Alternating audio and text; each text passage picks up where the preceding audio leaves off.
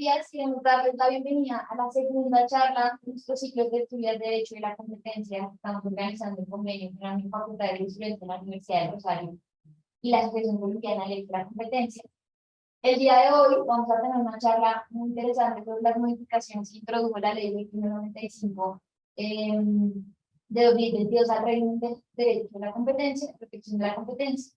Y nos van a acompañar, por un lado, el doctor José Miguel de la Calle, quien estudió Derecho en la Facultad de Jurisprudencia en la Universidad de Rosario, tiene una maestría en la Universidad de Harvard, también participó en el programa de Postdoctoral Finance de la Escuela Clínica de Londres y fue asistente en el curso de la Unión Económica Europea en el Instituto de Regulación en Madrid, España. Digamos que en su amplia experiencia profesional, digamos que vale la pena mencionarlo, más reciente, entre los años 2010 a 2012 fue superintendente de comercio. En 2012 retomó práctica privada y en el 2014 se incorporó como socio Carriles, donde actualmente dirige los departamentos de litigio y derecho público en la oficina de Carriles de Bogotá. Y nos acompaña también el doctor Andrés Palacios Lleras, egresado de la Facultad de Derecho de la Universidad de los Andes, con maestría de la Universidad de Harvard, un doctorado de University College of London en Reino Unido. También su amplia experiencia profesional vale la pena mencionar experiencia reciente como superintendente delegado de puertos en la Superintendencia de Transporte, perdón, y actualmente es profesor de las cátedras de Derecho de Contratos y Derecho de la Competencia en la Universidad de Rosario. Doctores, bienvenidos. Muchas gracias. Y les doy la palabra para que la idea, para que ustedes sepan también un poco de este formato, va a ser cada uno nos va a hacer una pequeña exposición sobre sus consideraciones sobre las modificaciones que introdujo la ley y después vamos a tener un espacio básicamente para resolver preguntas que todos tenemos en torno a la modificación. Miguel, adelante. Entonces, bueno, buenos días a todos. Entonces, doctor José Miguel, adelante. Vale, gracias. Yo traigo una presentación, no sé si aquí estoy un poco atravesado para que la vean. Lo que podemos hacer tal vez es que yo me siento acá, sí. Sí. Y así la voy mostrando. A ver, yo quiero es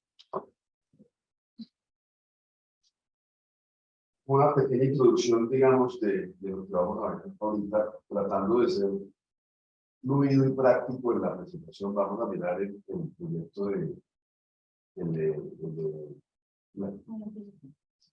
digamos, el alcance de la reforma de la 2195, la 2195.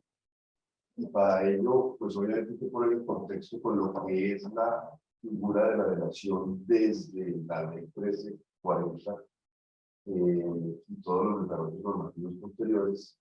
Voy a tratar de no detenerme demasiado en el detalle de los requisitos porque esta institución de la delación pues es un poco reglamentaria, digamos, es detallada como es fácil suponer, porque parte de lo que las normas regulan es cuáles son los distintos requisitos para que una persona pueda acogerse al programa de delación.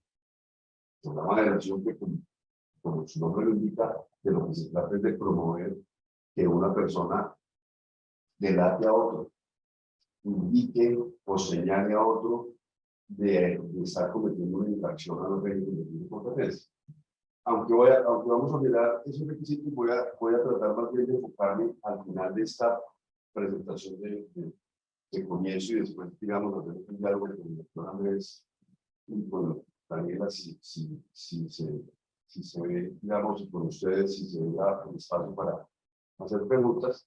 Entonces, al final, ya entraríamos a mirar un poco más cuáles son las consideraciones de mi parte sobre las bondades de la figura, los defectos de la misma y las razones por las cuales la delación en Colombia no ha funcionado de manera muy habitual. No es una figura que haya generado una actividad intensa, una utilización intensa, o al menos frecuente, como habría sido lo deseable, por lo menos desde la perspectiva del legislador que creó la figura.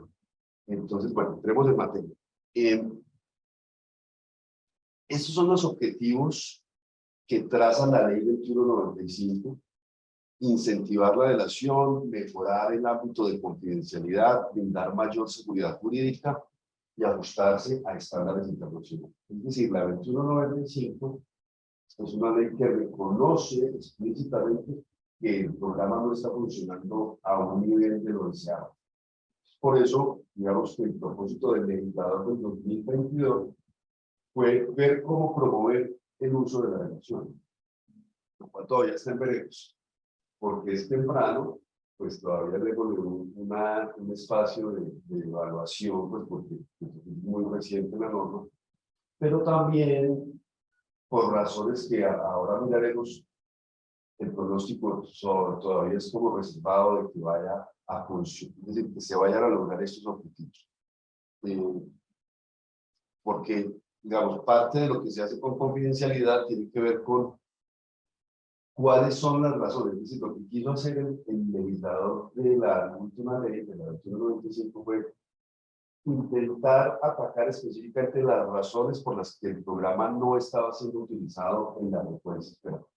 Y una de las razones, por eso la ley es muy enfática en enfrentar el tema de la no confidencialidad. Se supone, y lo pongo así como algo que vamos a analizar ahora, y que no está del todo establecido, pero se supone que una razón fundamental por la que porque la cultura no estaba siendo tan usada, es porque no se sentía tranquilo el delator con estar en un espacio de confidencialidad plena. Como que no hay suficientes condiciones y certezas sobre la reserva de la información que yo le voy a entregar a la autoridad. Ya vamos a mirar un poquito más ese tema, pero ese era tema central. Y el otro tema central era brindar mayor seguridad jurídica, porque el diagnóstico era el delator, todo está pensado desde los zapatos del delator. O sea, el legislador lo que hizo fue, miremos a ver por qué un potencial delator termina no llegando a las definiciones que el comercio ha presentado. Nosotros en nuestra firma de abogados lo hemos visto, es decir, en la firma de abogados hemos visto cómo hemos tenido reuniones largas con empresarios potenciales delatores. Y ahorita podemos hablar de esa experiencia práctica, obviamente sin mencionar nombres ni nada, pero experiencia práctica de ese dilema que tiene un potencial delator entre si ir o no ir a la superintendencia a contar. Es decir, la ley sí ha logrado despertar al menos la inquietud. Al menos hay personas que dicen, ¿será que me pongo a esta figura? Pues porque, por supuesto, ¿cuál es la compensación más relevante de la figura de la delación? Pues que me exonero de una sanción que no es poca cosa, porque es una sanción pecuniaria de altísimo monto, como ahora. Entonces quiero exonerarme de esa multa, pero no encuentro todas las razones para hacerlo, dudo mucho, y la ley lo que quiso fue brindemos seguridad jurídica para que se les acaben esas dudas a los potenciales delatores. Brevemente, digamos, los referentes más obvios y más conocidos de los programas de delación del mundo son el de Estados Unidos y el de Europa. No voy a tocar esos temas, no nos da el tiempo aquí, ni es el objeto de la charla, pero si ustedes pues quieren investigar más sobre el tema van a encontrar que son claramente los dos desarrollos más notables, no porque haya muchas más jurisdicciones que tengan programas muy interesantes. El de Estados Unidos desde el año 93, el de la Unión Europea desde el año 96, con modificaciones ambos programas con modificaciones un poco en una historia parecida a la que acabo de contar en Colombia, es decir, hubo el interés y el deseo de promover el programa de manera más profunda y las modificaciones en ambas instituciones se dieron en ese sentido. Vale decir que haya sido de todas maneras el comienzo más utilizado la delación. La delación es una figura que por alguna razón, yo creo que parte de lo que esta tertulia debería ayudarnos a entender, es porque en Colombia ha sido tan complicado y en general en Latinoamérica, no tanto así en Europa y Estados Unidos, que este tipo de programas genere suficiente interés entre los infractores de la competencia. Breve análisis de qué pasa en Colombia en números. En Colombia llevamos 18 casos de delación oficialmente tramitados en la superintendencia. Se dice entre pasillos que debe haber algunos trámites en curso en este momento en la autoridad, pero mientras no se celebre el convenio que se firma con el delator, pues no se conocen, y ni siquiera ahora con eso, porque hay que esperar a la decisión final en la medida en que la confidencialidad rige todo el proceso. Entonces, es posible que haya algunos trámites que ya se estén dando y que no conozcamos en los datos oficiales. Y los casos más conocidos son esos tres: papeles suaves en el 2014, pañales en el 2016 y mineros del 2021. En el primero de ellos, la sanción, que originalmente era de 68.000 millones de pesos, un poco más de eso, generó una exoneración del 100% para Kimberly y una exoneración del 30% para cartones y papeles de Risaralda. En el de pañales, 100% para Kimberly y 50% para esa familia. Y en el de mineros, 100% a Servit Petróleos y 50% a Triturados. Bueno, no me voy a detener ahí. Uno puede ponerse a analizar esos casos. Hay vicisitudes importantes en esos casos de los cuales uno puede llevar comentarios, pero para pasar rápido, ahorita hacemos los comentarios generales de cuál es el balance de las cosas. En su más elemental concepción, podríamos decir que hay dos tipos de requisitos en la legislación. Unos requisitos para entrar, unos requisitos para acceder al programa, y por esa vía lograr firmar un convenio con la Superintendencia de Industria y Comercio. Y luego vienen unos requisitos ya para lograr obtener los beneficios. Son dos cosas distintas. Una cosa es acceder al programa, y los elementos esenciales es reconocer que participó en la conducta y suministrar información sobre nombres, grado de participación que yo tuve, productos y servicios, área geográfica del cartel, duración del cartel, y aportar las pruebas con las que cuente. Ese último no es tanto de la ley, sino del desarrollo doctrinal de la CIC. No solo aportar las pruebas útiles para que yo pueda sancionar a otros, sino que además se ha venido diciendo que yo debería aportar todas las pruebas políticas. No me debo quedar con nada normal. Eso es, digamos, el elemento esencial, y participar de la conducta parte de la base, y algunos pueden ser críticos de esto, pero parte de la base de que una de las esencias de la naturaleza de la figura de la delegación es que la delegación no es un acto de perdón de la conducta, sino solo de exoneración de la sanción. Es decir, la conducta ocurrió y el proceso ratifica que la conducta ocurrió precisamente porque usted la confesó. Lo que ocurre es que no le voy a imponer la multa a que usted había sido acreedor, que es distinto a decir: te perdono la multa, y es como si no hubiera ocurrido.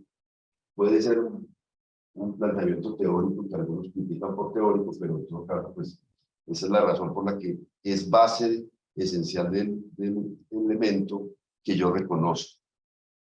Y como les decía, pues ya en la resolución final hay otros requisitos. Los requisitos ya para realmente hacerse acreedor a los beneficios. El primero es colaborar en el curso de la investigación suministrando información útil. La palabra útil es muy importante en todo el lenguaje de la legislación colombiana, y es también, a mi manera de ver, criticable, aunque no es fácil encontrar un mejor sustituto de la palabra útil. Es de un lado interesante y positivo que se sea explícito en que yo tengo que entregar información que a la autoridad le sirve. Porque hay que entender que la figura de la delación es una figura muy pensada desde la política pública. Es decir, en el fondo tiene un objetivo doble. No solo es descubrir carteles que yo no habría descubierto si el delator no me los trae, sino una cosa práctica del día a día de la CIC, y es evitarse la carga operacional de investigar. Lo que buscamos aquí también es que la CIC se ahorre una cantidad de horas de trabajo de profesionales expertos que habría tenido que destinar para descubrir un cartel y para probar judicialmente, jurídicamente, perdón, que ese cartel existe. Entonces yo me evito esa carga porque usted me ha ahorrado una cantidad de tiempo y me cuenta la historia. Me dice dónde están los señores, cómo se llaman, dónde los localizo, dejen las pruebas. La palabra útil es muy importante. Yo la critico como gobierno nacional porque de todas maneras es muy ambiguo y es muy, genera un margen de discrecionalidad muy grande para la autoridad. ¿Quién decide si el papel que me acaban de traer es útil o no? Yo, por ejemplo, contando una anécdota, sí, eso lo voy a contar, ¿no? No pasa nada, porque aquí en términos generales, nosotros tuvimos unas relaciones con la superintendencia donde decimos, bueno, estamos evaluando la posibilidad de ir a delatar, evaluando la posibilidad de ir a delatar. Pero le pido a superintendencia que me dé una señal de que a usted le parece útil esto que tengo acá. Porque es que si no, yo ni siquiera voy a entrar en el programa porque me parece muy arriesgado. Estoy hablando un poco del lenguaje de nuestro tiempo. Adelante. Y entonces, la superintendencia empezó diciendo, yo no tengo mayor utilidad de eso. Y me dije, pero ¿qué tanto le parecería útil? No, me gustaría mucho más que no solo me dijera ese documento en el que hay unas referencias sobre un posible cartel y unas conversaciones, dónde lo encuentro y en qué computador lo encuentro. Entonces, fuimos otra vez donde el cliente dijo, bueno, no, pues, que hay que ser más precisos en dónde está la información. Entonces, lo que a su leal saber entender lo que este empresario decidió fue, yo como mucho le digo en qué computador está, pero yo no me atrevo. Es una decisión que él tomó y puede ser mala o buena, no importa, es simplemente una anécdota. Dio unas coordenadas que relativamente podían llegar a conducir a una pieza formativa. Y a la superintendencia me pareció no útil. Y lo que quiero registrar con esto es, eso terminó ahí. Ese proceso no se dio utilizar, no hubo un punto de encuentro sobre ese proceso de utilidad. Pero lo que digo es que otro funcionario en otro momento de la historia me la podría parecer útil. Es un concepto muy discrecional y ambiguo. Segundo, no ser instigador o promotor. La ley colombiana, como varias de las legislaciones, excluye del derecho a estos beneficios al instigador o promotor. Tercero, poner fin a la participación en el cartel de forma inmediata. Y cuarto, atender los requerimientos de la CIC juiciosamente. O sea, ahí hay otro elemento de discrecionalidad que a mí me parece un poco difícil, porque depende de que es decir, yo pongo a riesgo, cuando entro y firmo el convenio, de todas maneras todavía no estoy muy cerquita de tener la tranquilidad de que voy a terminar obteniendo el beneficio. Porque quedo sujeto, como en el colegio, a que mi profesor diga que durante el proceso, durante el curso en que se va a dar esa, porque entre el convenio y la resolución final pueden pasar meses, porque se va a dar toda la investigación ya más light, porque es una investigación light, porque tengo unas pruebas muy buenas y no necesito generar un despliegue tan grande como les decía ahora, pero en todo caso tengo una investigación y durante esos lapsos de meses yo me tengo que portar muy bien, tengo que estar atendiendo los requerimientos de la CIC, lo cual también conlleva una discusión sobre el debido proceso sobre derechos fundamentales, porque el hecho de que yo sea confeso a mí no me deja del todo claro que yo pierda los derechos de contradicción. Y en el fondo ese deber lo que quiere decir es que usted no me contradice. Si la tesis de mi caso es X, aquí lo que hubo fue un cartel en la práctica, de la lista de distintas prácticas, yo voy a tipificar esto de esta forma, lo voy a conseguir de esta manera con base en sus pruebas, y qué tal que uno diga, no, usted lo está encuadrando mal, no lo comparto en el cuadro que usted hace, pues puedo terminar perdiendo los beneficios porque yo me aparto de la visión que toma la CIC. Eso no sé hasta qué punto sea tan legal y la verdad no conozco qué tan igualitos esto en otras jurisdicciones lo debo ir planteando. Elementos que son comunes entre Colombia, Estados Unidos y Unión Europea. Primero, se logra exoneración total, solo logra exoneración total en ingresos digitales. Eso funciona aquí igualmente, como veremos ahora más adelante. Segundo, es necesario cesar inmediatamente la participación, ya lo dijimos, es común a los tres regímenes. Tres, es necesario atender diligentemente los requerimientos, es común a los tres regímenes, lo decía ahora. Y cuarto, es definitivo aportar pruebas. Digamos que son elementos comunes. ¿Qué nos aportó para ir?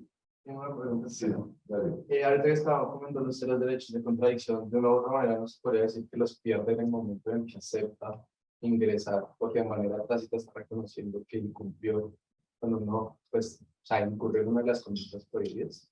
Correcto, ese es el debate. Es decir, como planteamiento es así, pero yo lo que digo es que los confesos, tanto en este derecho a la competencia, como diría yo en el derecho penal, no pierden el ejercicio de sus derechos de defensa. Es mi teoría. Con lo cual, es lógico que se restringen, pues porque usted ya confesó y por lo tanto sería, por ejemplo, absolutamente inválido que usted al otro día diga, no, mentira, yo no participé o no soy acreedor de una sanción, o no sería acreedor de una sanción, pues eso sí sería una contradicción inaceptable, porque yo necesito que usted se mantenga en condición de confeso. Eso lo entiendo. Pero eso no es equivalente al 100% a que usted tenga derecho, por ejemplo, a oponerse a, no sé, alguien presenta un memorial, un tercero, por ejemplo, presenta un memorial. Y entonces, la pregunta es, ese señor por ser confeso no puede oponerse a algún planteamiento que se va dando en el proceso, sino que también que sí puede oponerse. Que no llegue a ser tan la posición o ese cuestionamiento, lo que sí no puede ser es, digamos, tan marcadamente contradictorio con su posición de confeso, no lo entiendo.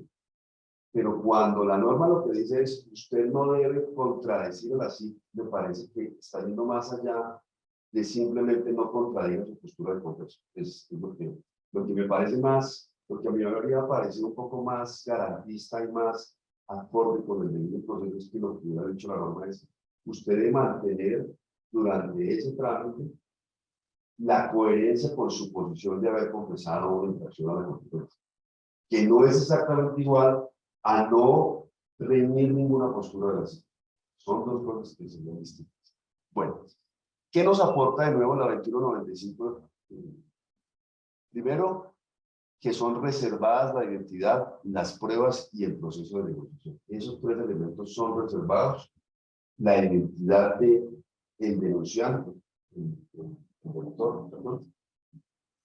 Todas las pruebas quedan reservadas y quedan incluidas en un cuaderno separado que no es visible ni siquiera a las partes inicialmente, salvo que las CIP o las partes demuestren que un elemento deba ser conocido por ellos y por lo tanto trasladadas esas pruebas al expediente principal.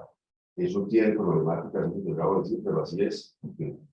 Y la problemática más obvia es ¿cómo hago yo para saber si una prueba del expediente reservado me va a servir si yo todavía no la conozco? Es imposible conceptual, es imposible conceptual. Yo no tengo manera de evaluar eventualmente una prueba del cuaderno reservado del delator puede servir a mi defensa y entonces en el fondo hay una discrecionalidad de la CIS para saber qué traslada al cuaderno principal y qué no. Ahí yo veo un problema, claro, difícil de resolver porque la confidencialidad y la separación de los cuadernos es algo de la esencia de que funcione la relación. No lo niego, pero ahí hay un problema de derecho de defensa también. Y lo segundo es que limita la responsabilidad del delator a una responsabilidad solo por el grado de participación individual del delator en lo que respecta al tema de daños que el doctor Andrés y yo vamos a comentar ahora más adelante, donde somos muy críticos. Es decir, la infracción a la libre competencia siempre genera dos frentes de responsabilidad. No uno, sino dos o tres, aunque está la responsabilidad. Uno, la responsabilidad administrativa, que en Colombia es de lo de lo que estamos hablando y es la principalísima. Es decir, en Colombia, el infractor de la competencia se sujeta principalmente al riesgo de que una autoridad administrativa lo investigue y lo sancione con sus potestades de Estado, sanción que, en el caso de imponerse, digamos, se beneficia el erario público. Es una sanción administrativa de carácter público. Posibilidad 2, que las víctimas demanden por daños y perjuicios, y esa es lo que en algunas jurisdicciones llaman la defensa privada de la libre competencia, y que en el caso colombiano sería a través de una acción de responsabilidad civil individual o una acción de grupo. Esa posibilidad existe en Colombia, no se utiliza, no se ha promovido y es uno de los problemas que tenemos a la relación más grandes. Ahora entro más en detalle en eso. Y lo que está diciendo esta novedad de la 2195 es que en el evento de una demanda de responsabilidad civil individual o colectiva, ese delator ya no puede ser perseguido desde la perspectiva de la figura de la solidaridad. Es decir, no se puede obligar a pagar el daño causado, el 100% del daño causado por el cartel, sino, pues como es la figura de la solidaridad. La figura de la solidaridad es: yo respondo por el todo, independientemente de que yo no haya sido el causante del todo. Todo el daño causado por un colectivo se le atribuye, el demandante víctima tiene el derecho a demandar a cualquiera de los causantes, de los co-causantes de un daño, y ese co-causante de un daño es obligado a responder por el 100% de la indemnización. Eso quedó prohibido. Si no, no puede ser demandado por su pedacito. Por ejemplo, Kimberly y familia, entonces lo que tendría que decir es: Kimberly, realmente, ¿cuál fue la parte suya del sobreprecio? Y familia, ¿cuál fue la parte suya del sobreprecio? Para ponerlo en términos sencillos. Entonces, si usted se protege por esta figura, si usted familia, entonces vamos a condenarlo solo a la parte suya del sobreprecio. Bueno. Elementos para un beneficio pleno del 100%, pues ser el primero en el tiempo, suscribir convenio con la SIC, y los demás tienen derecho a reducir parcial la multa, siempre que se dé un valor agregado. Sin entrar mucho en el detalle, pero es evidente que ser primero en el tiempo es un problema serio en esta jurisdicción en cualquiera. ¿Por qué? Porque como vamos a ver ahora, usted marca la entrada con el radical el día que se presenta oficialmente al programa de evaluación, y si alguien llega un minuto después, pues toma el segundo puesto. Pero claro, la pregunta es: ¿quién trajo los documentos completos? Entonces, se pueden presentar dificultades cuando usted fue el primero que llegó, pero no el primero que llegó cumpliendo todos los requisitos. El segundo que llegó a lo mejor tiene más cumplimiento o más pleno cumplimiento de los requisitos, y para eso lo empezó a regular ya el decreto 253, que es el reglamentario de la 2195, y lo trata de regular, lo corrige bien, pero igual yo creo que da espacio para que pueda haber algún tipo de controversia. Porque ¿cómo lo regula? Lo que dice es: la SIC tiene 5 días para pronunciarse sobre si. Primero reguló que hay que entrar en los 20 días en el que uno tiene derecho a pronunciarse.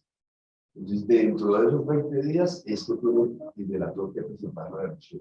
Pero segundo, lo que digo es: la SIC se debe pronunciar en los 5 días siguientes. Pero de todas maneras no quiere decir eso que el pronunciamiento sea de mi agrado y de mi total plenitud, digamos, coincidencia con la SIC. Entonces, eventualmente puede pasar que yo contradiga en la idea de que me faltó un requisito, por ejemplo, y entonces después la superintendencia a lo mejor cambie de opinión, y ahí me sigue preocupando un poco. Entonces, ¿quién llegó primero? En esa hipotética situación donde la SIC cambie de opinión sobre lo completo de una cuestión. Como les decía entonces, el decreto 1523 del 2015 introdujo me refería ahorita al 253, que ya lo vamos a ver, pero hay algunos de esos cambios que vienen desde el 2015, desde el 1523. La solicitud se hace dentro de los 20 días para presentar descargos. La SIC cuenta con 5 días para señalar el lugar de prelación que a uno le corresponde y para informar que se cumplen o no se cumplen los requisitos. Si no dice nada, hay un silencio administrativo positivo. Se aclara antes de suscribir el acuerdo que el solicitante puede retirar la solicitud de las pruebas, tema que a mí me fascina discutir por una razón, porque me parece muy complicado, y esto se lo he dicho a algunos de los clientes que han preguntado por la relación.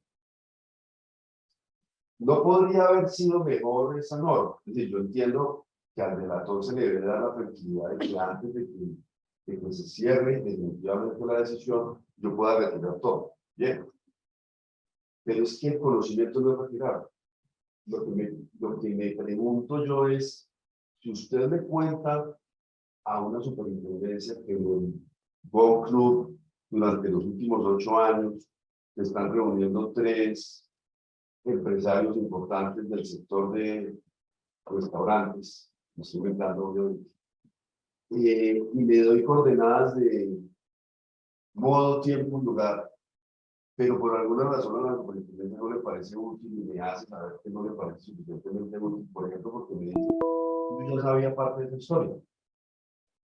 Como yo no sé que usted sabía, yo llegué con la idea certera de que iba a ser útil la información, pero así me sale con la sorpresa de que es que ella ya conocía la información y que no había abierto la investigación era porque no había tenido tiempo. Entonces me dicen no va a ser útil. Entonces, ¿qué hago yo? Ejerzo mi derecho de retirar las pruebas. Pero el conocimiento es irretirable. ¿Qué pasa con que la CIC ya se enteró de unos detalles que efectivamente sí no tenía? Empezando porque se enteró que yo participaba en ese cartel. Y a lo mejor ella tenía información de que otros participaban. Supongamos que realmente, efectivamente, ella sabía de esa situación, pero yo le di unos detalles, le conté que yo participé. Entonces, no tengo tan claro que a uno termine no pasándole nada cuando la superintendencia, si bien no queda con las pruebas, queda con el conocimiento. El conocimiento sirve para mucho. El conocimiento puede indicar cómo conduzco una investigación ya de oficio. Yo ya sé dónde pasaron las cosas. Yo ya sé que esto pasó. No tengo la prueba, pero ya sé que no voy a perder el tiempo investigando. Yo ya tengo claridad de que ahí voy a encontrar oro. Tengo claridad que hay oro detrás de esta historia. Entonces voy a dedicar un grupo de investigadores a investigarla para recoger la prueba, que no la tengo, pero tengo el dato. Entonces, eso de todas maneras tiene sus problemas. Se presume que el solicitante no es instigador o promotor. También cuestionable, hemos dicho, es que eso de que se presume, a mí las presunciones del derecho me parecen una idea muy, muy complicada. Cada vez soy menos amigo. Cuando estudiaba en la universidad, me parecía una figura fantástica y las presunciones son un mecanismo del derecho procesal, pues poderosísimo, porque cambia la carga de la prueba y entonces facilita la labor del juez enormemente. Pero la verdad es que le hacen un daño muy grande a los derechos de defensa. Porque es que eso de presumir algo es asumir que algo es cierto, así no sea. Y a veces se vuelve la prueba diabólica de tirarle a la contraparte. Por ejemplo, un estudio está en un caso de víctimas de desplazamiento en tierras. Entonces, allí en la ley de tierras hay una presunción de que si alguien lo acusa a usted como dueño de una tierra de que hubo un desplazamiento forzado, el titular de la tierra está obligado a demostrar el contrario, a demostrar que el ocupante realmente no fue forzado. Me parecen cargas diabólicas, es decir, hacer el otro que puede. Entonces, aquí pasa lo mismo. Presumir que no es instigador me parece una abogada poco elegante del legislador. Claro, la entendemos por qué, porque lo que queremos es que delatores que están en ese in-between, en esa zona gris de si son instigadores o no, porque es que además la expresión de instigador también es bastante disfuncional. Instigador, a ver, entonces 3 empresarios se reúnen en el club. Instigador es el que primero llega a la reunión, el que manda la invitación por audio y dice reunión privada. A veces puede haber épocas del cartel en que hay uno más protagonista que el otro. Eso tiene sus complicaciones y no por eso no quiero ser demasiado crítico porque lo cierto es que no es muy fácil de haber hecho una ley mucho mejor. Es decir, eso es un problema por sí mismo, pero la presunción no me gusta. Entiendo por qué la hacen. La reducción se extiende a las personas naturales que hubieran actuado como facilitadores. Es otro. Todos estos son elementos para propiciar que la apelación coja más fuerza. Entonces lo están notando. Es decir, lo que queremos es que no se nos caiga un caso porque hay investigador, y entonces por eso invierto la carga de la prueba, que la figura se pueda extender a los facilitadores, inclusive se extiende también en reversa. Si el solicitante es facilitador, el beneficio se hace extensivo a la persona jurídica. Y lo que ya hablamos, la exoneración es primer solicitante 100%, segundo del 30 al 50 y tercero hasta el 25. Pérdida de beneficios cuando controvierta los hechos o no facilite testimonios. Y ahí está el ejemplo del caso de Cloro Soda, donde efectivamente ocurrió que redujeron unos beneficios a que no facilitó la práctica de testimonio, o no se alineó con la postura de la superintendencia. Pero creo que allí lo que ocurrió es que la ICI, pues con razón, creo, el delator, o sea, el delator dijo, confesó haber estado en el cartel y luego dijo que no tanto. Pues realmente no había sido así. Entonces, sí, realmente no es un delator que merezca el derecho. ¿Qué tan absoluto es que nos puede controlar que usted, digamos, ya lo presentado ahorita como una vulneración casi al derecho de defensa? Pero hasta qué punto es pues, absoluto, porque digamos, yo puedo confesar los hechos generales de alguna manera, pero si se me atribuye una responsabilidad mayor a la que estoy asumiendo, a la que estoy reconociendo, como si, digamos, es absoluto usted que nos puede entonces, tal cual lo que yo le digo a las es lo que se crea. Sí, exacto. Entonces es una gran pregunta. De pronto, para ser muy concretos, hay una cosa que hay que tener en cuenta para responder esa pregunta, y es que, a diferencia de lo que ocurre con otras jurisdicciones, en Colombia, recordemos que la superintendencia tiene la doble función de investigador y de sancionador. Es decir, es una parte interesada, para ser claro. Es decir, es una autoridad que en este momento lo que tiene es interés en buscar que el caso se concluya en una sanción, porque tiene un interés en que haya un sancionado por eso. No es como en Chile, por ejemplo, que la superintendencia equivalente allá, que sería la Fiscalía de la Competencia, pues también tiene interés en acusar a nadie, pero él ya no toma la decisión, la toma un juez. Entonces aquí porque hay un estrés más grande sobre cuáles son los hechos sobre los que recae esta hipótesis de usted no puede controlar. Me pregunto qué pasa si la CIC, por ejemplo, dice esto ocurrió de esta y esta manera, y un relator dice no, pero eso no pasó así.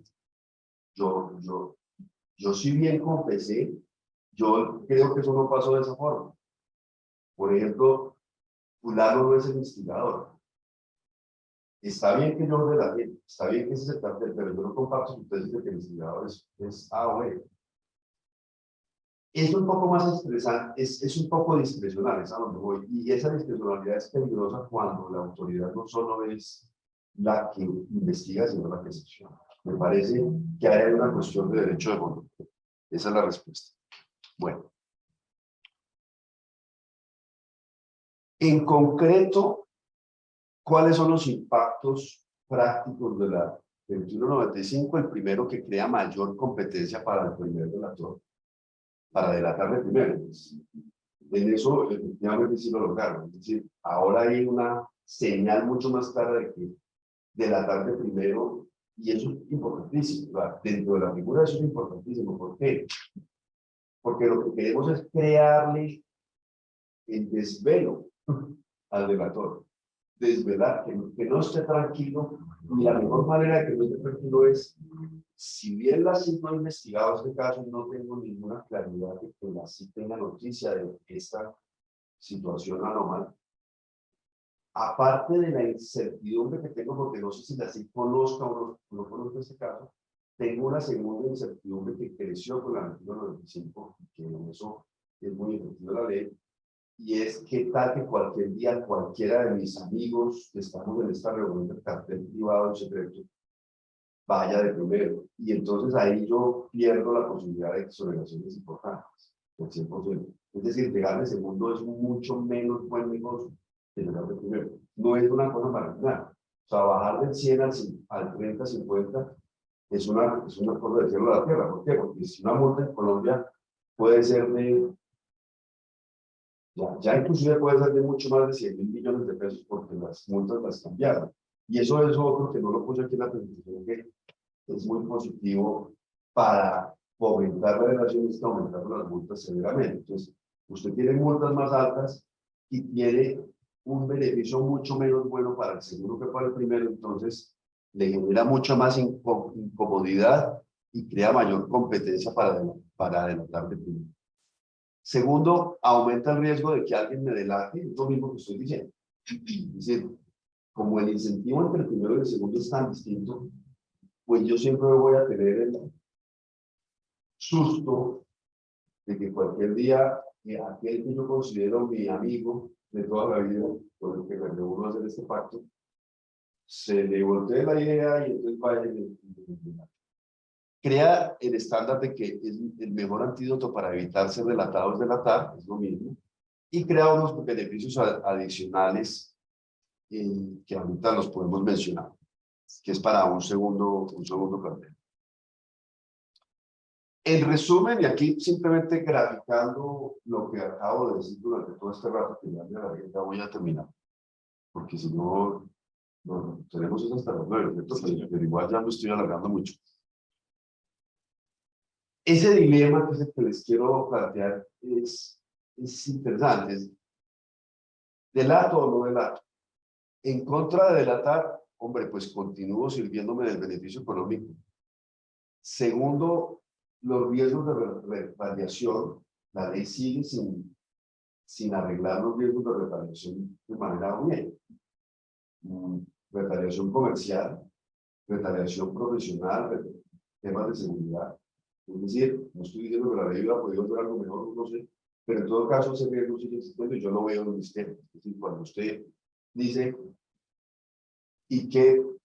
¿Cómo hago para que si eventualmente esto no sale bien o aún se salga bien, mis colegas, mis ex colegas del cartel no son grandes empresarios con un poder económico muy grande, no me anule del sector, no me genere un daño del sector, o porque no me vuelve a comprar mi producto, o porque me genera una reputación de sapo entre los colegas y me hace un daño más grande que el beneficio económico que de liberarme de una sanción.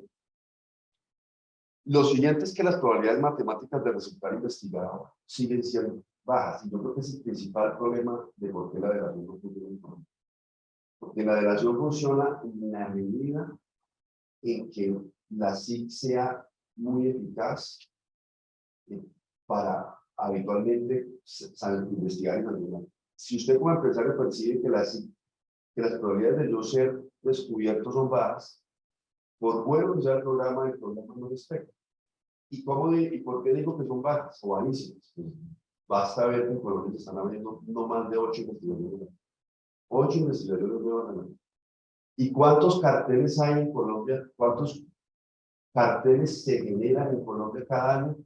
Nadie lo ha podido establecer, no existe un estudio serio de cómo es eso, pero es fácil interpretar que son muchísimos, cientos.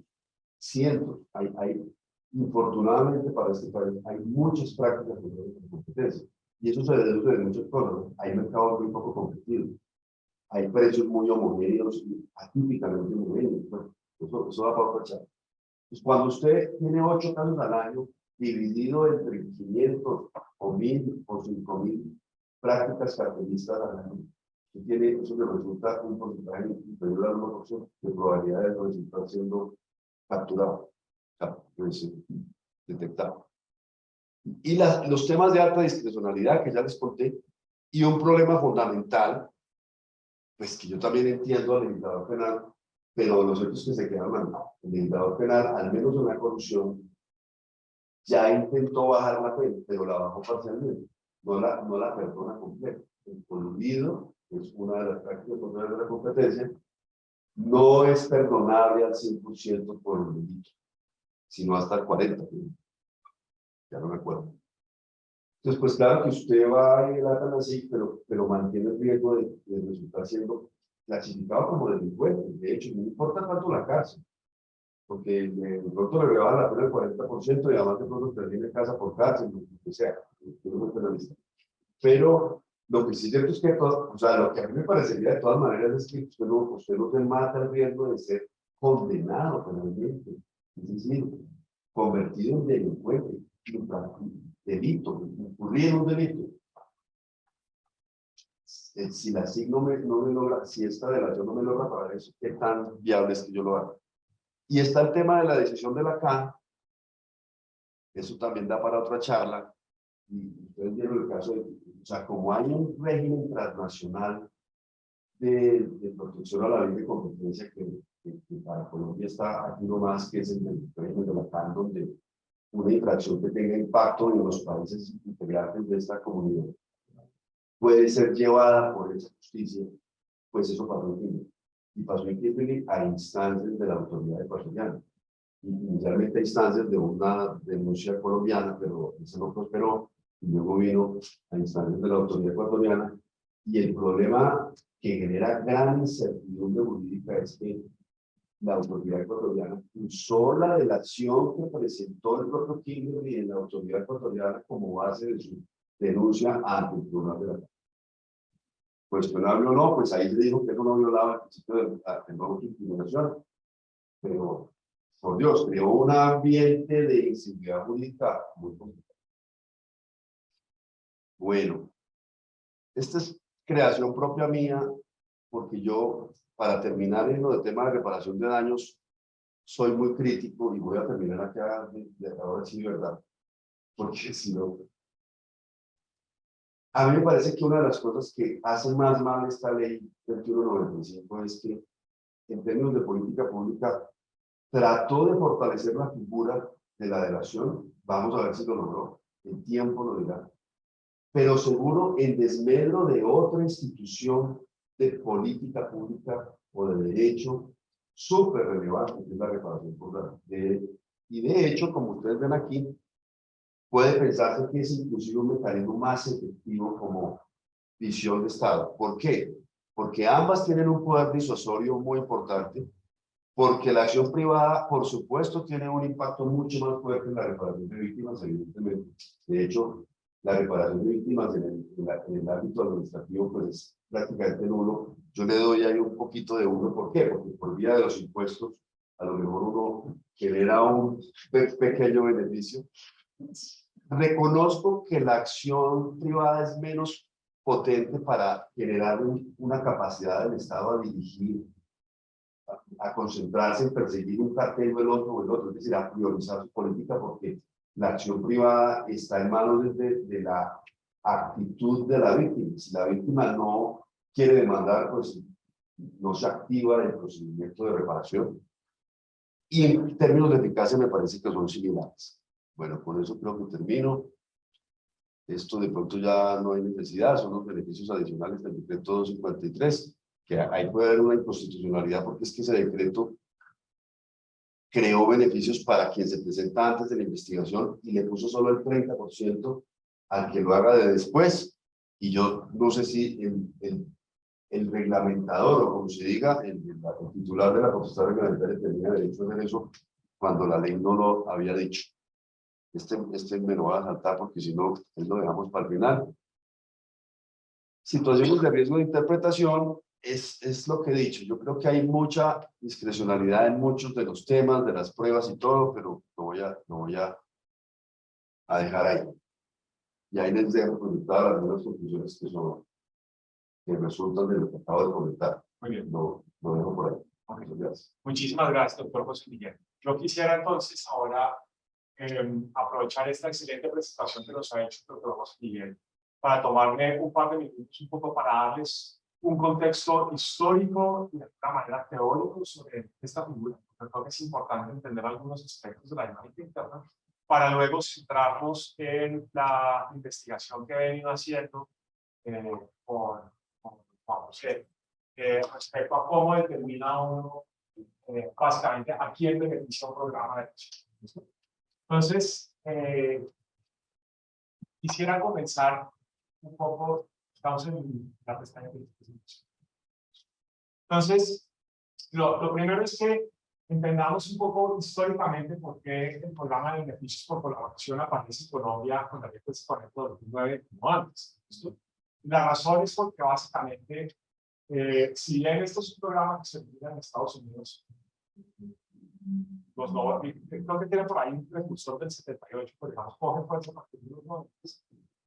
Solamente a finales de los 90 como que se desarrolla esta conciencia global de que los problemas duros de la competencia son los problemas de los carteles.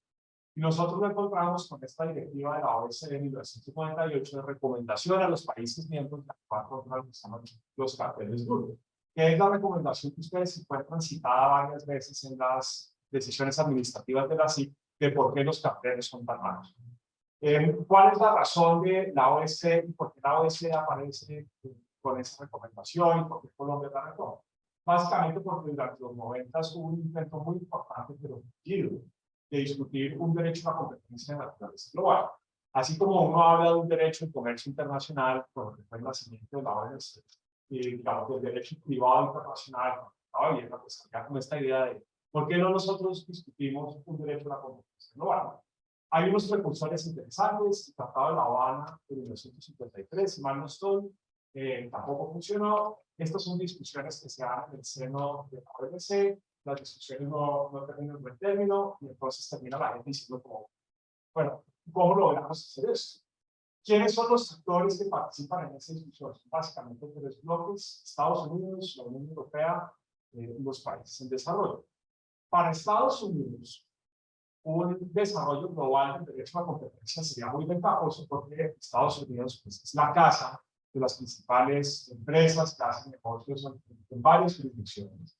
La Unión Europea también tiene esta situación y en cambio los países en vías de desarrollo son los que de alguna manera reciben esa inversión extranjera, pero al mismo tiempo pues, tienen preocupaciones serias de cómo afecta, por ejemplo, tener estas empresas norteamericanas compitiendo con sus empresas privadas. Entonces tenemos como tres grandes actores, dos formas distintas de entender la relación entre competencia y desarrollo económico. Y entonces lo que pasa es que básicamente Estados Unidos y la Unión Europea se dan un poco la mano y dicen, en vez de pensar un régimen de normas duras de derecho a la competencia, organicemos espacios en los que hablamos con cada uno de estos países y mediante una especie de proceso de convergencia logramos que esta gente empiece a desarrollar instituciones parecidas a las nuestras. Ahora, detrás de esto también hay una aproximación del bottom line. ¿Sí? ¿Cuál es el bottom line? Es que para estas empresas estadounidenses y la Unión Europea, pues siempre es conveniente hacer negocios por fuera, siempre y cuando las instituciones de afuera se parezcan a las instituciones domésticas. Entonces, pues, si Estados Unidos tiene un régimen de beneficios por colaboración, en virtud del cual los gerentes de las empresas saben que un riesgo jurídico de hacer negocios en Estados Unidos, digamos, negocios que impliquen práctica restrictiva de la competencia es una reducción de la multa, etcétera, etcétera, pues quieren tener la certeza que cuando hacen negocios afuera, pues se parece el sistema. ¿Listo? Eso les ayuda a reducir la incertidumbre de hacer negocios con el mercado. Entonces, la OSD es como un foro interesante para eso. La OSD encuentra un aliado estratégico para América Latina en ese sentido. Y a partir del 2013 empieza a desarrollarse en América Latina el foro OSD que busca de alguna manera esa convergencia a nivel latinoamericano de derecho a la competencia. Y entonces, esto marca en los 2000 como un desarrollo nuevo para el derecho a la competencia latinoamericano, en virtud del cual es como una convergencia hacia una nueva forma de entender el derecho a la competencia. Digamos, no tan nueva, no fue similar al rompimiento que hubo en los 90 frente al derecho a la competencia anterior, fue más como pulir el camino. Y fue pulirlo hacia la idea de, nos preocupan los carteles, queremos un régimen de beneficios por colaboración, nos preocupan las integraciones empresariales, y si usted se va a dar la pelea de hacer esa vaina de abuso de la posición dominante, pues mire, defina bien su mercado relevante, haga estas cosas. Pero la principal preocupación es eso. Y entonces, básicamente, eso es como un contexto. Y si ustedes miran los proyectos de ley que llevaron a la ley 340, pues la figura de la OSD ya tiene un rol importante. El trámite local de la ley fue medio aceptado. Esto es una ley que comenzó con el doctor Rubio, cuando era superintendente, pero después se presentó otra ley. Hubo un momento en que los proyectos como fueron rivales. Para hacer la historia corta, básicamente sale la ley que nosotros tenemos. Ahora, un poco para entender la idea detrás del programa de beneficios de colaboración como está pensado. La anécdota que yo le cuento, doctor José Miguel, a mis estudiantes de pregrado es como en estas películas de superhéroes, en particular dos que se llaman El Escuadrón Suicida y la serie de HBO que se llama Peacemaker, en el que hay este personaje que es del Departamento de Justicia de los Estados Unidos, que le dice a un grupo de delincuentes: señores delincuentes, pues ustedes son los delincuentes, pero si quieren salvar al planeta, yo les ofrezco la oportunidad de que cumplan esta misión para mí y después pues desarrollamos su situación. Y lo que hay detrás de eso, y yo sé que les estoy presentando de manera un poco caricaturesca, pero para que lo entiendan, es esta idea finalmente de que sabemos que usted es delincuente, pero no nos interesa tanto, seamos pragmáticos, utilicemos el conocimiento o las habilidades que ustedes tienen para un fin mayor. Y es un poco la idea que hay detrás, como de la versión anglosajona de peca y resultado. Entonces, un poco lo que tenemos nosotros con el programa de la ciudad es que hay un delator que participa en un cartel y llega a la autoridad de competencia y le dice: mire, yo participé en un cartel, estas son la información de las circunstancias de modo, tiempo y lugar, estas son las otras empresas con las que yo participé en eso, y está esperando que en virtud de esa colaboración pues, no desaparezca el oprobio de haber sido un cartelista, pero sí, digamos, que aminoren las consecuencias económicas de eso. Ahora, dado lo pragmáticos que son los gerentes de las multinacionales, pues ellos no creo que dirían: sí, bueno, está bien, la amarramos. Pero siempre y cuando esto deja a nuestros accionistas mejor parados, pues bien, o sea, finalmente el accionista en el balance general no está viendo un balance general moral de su empresa, lo que está viendo es cuántos son sus ingresos, cuáles son sus egresos, cómo está su patrimonio, y si hay cosas pues que están bien ahí o no, pues las manejan. Entonces es un poco el derecho a la competencia con esta figura. Está tragándose como unos sapos grandes de alguna manera en lo que se refiere a la figura, a la justicia y a la ética misma de la figura. Entonces, eso es una cosa que es problemática. ¿Por qué es problemática? Porque entonces, cuando uno lee las condenas que se hacen a los carteles, se dicen: los carteles es lo más oprobioso que hay en el mercado, los carteles es mal, esto es una falta seria contra los consumidores, pero no va a tener consecuencias. Entonces, es en esa medida en la que se deslinda la consecuencia del acto, pues es problemático. Ahora, cuando nosotros hacemos, y esta es un poco la investigación que venimos haciendo en la facultad, cuando nosotros analizamos los programas de beneficios por colaboración, nos hacemos esta pregunta: ¿qué tan favorable es para los consumidores un programa de beneficios por colaboración? ¿Listo? Y la respuesta es que en realidad no son tan favorables para los consumidores. Y acá nosotros encontramos que el derecho a la competencia, a pesar de lo que la gente típicamente dice, presenta como una tensión interna muy, muy interesante entre tomarse en serio la idea de que es un derecho que beneficia a los consumidores, por otra idea históricamente muy importante de este es un derecho de empresarios y para empresarios. Y entonces, lo que nosotros hemos visto es que si uno se hace un par de preguntas clave, puede encontrar qué tan pro empresario o pro consumidor es en general el derecho a la competencia de un país dado, pero también específicamente el programa de beneficios por colaboración. Y sobre esto es interesante lo siguiente: la literatura en derecho a la competencia comparada identifica muy bien escenarios en los que el derecho a la competencia ha sido pro empresa. Y entonces un escenario muy común es, por ejemplo, el derecho a la competencia alemán antes de la Segunda Guerra Mundial. Había un derecho a la competencia, pero era básicamente un derecho administrativo en que se registraba a los miembros de los carteles. Y entonces el gobierno organizaba carteles bajo la idea de que de esa manera racionalizaba la producción, racionalizaba el empleo, pero también le decían a los cartelistas, pues usted no puede vincular a gente a las malas, filas por eso. Y este era básicamente un derecho a la competencia pro-cartelista. Obviamente, pues es un cambio, pero no del todo, porque cuando uno mira en el parágrafo del artículo primero de la ley 155 del 59, encuentra pues también una situación importante, que entre otras cosas, el decreto 253 le mete un esteroide súper importante. Ya les contaré más de eso. Entonces, simplemente para que se den cuenta que esta discusión de a quién beneficia, qué tan pro consumidor, pro empresario, es una discusión relevante e importante en lo que podríamos llamar la teoría del derecho a la competencia. ¿Cuáles son un poco como las preguntas que nosotros nos hacemos que nos permiten hacer esa clasificación? Tipo y cuantía de las sanciones. Digamos, si las sanciones son solamente administrativas y si hay sanciones penales o si hay solo sanciones administrativas y estas son bajas. La oportunidad procesal, si los panelistas pueden presentarse antes de que la autoridad de competencia conozca la investigación o antes y durante la investigación. El número de beneficiarios, si hay un beneficiario y algunos beneficios de pronto limitados para los otros, o muchos beneficiarios que gozan de privilegios similares. En cuarto lugar, la idea de un otorgamiento automático o condicional de los beneficios.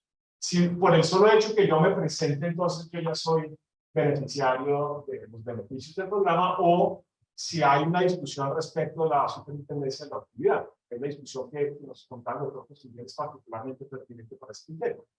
Y en quinto lugar, ¿cómo se relaciona el régimen, digamos, la parte sancionatoria administrativa con la parte de daños y perjuicios a nivel civil?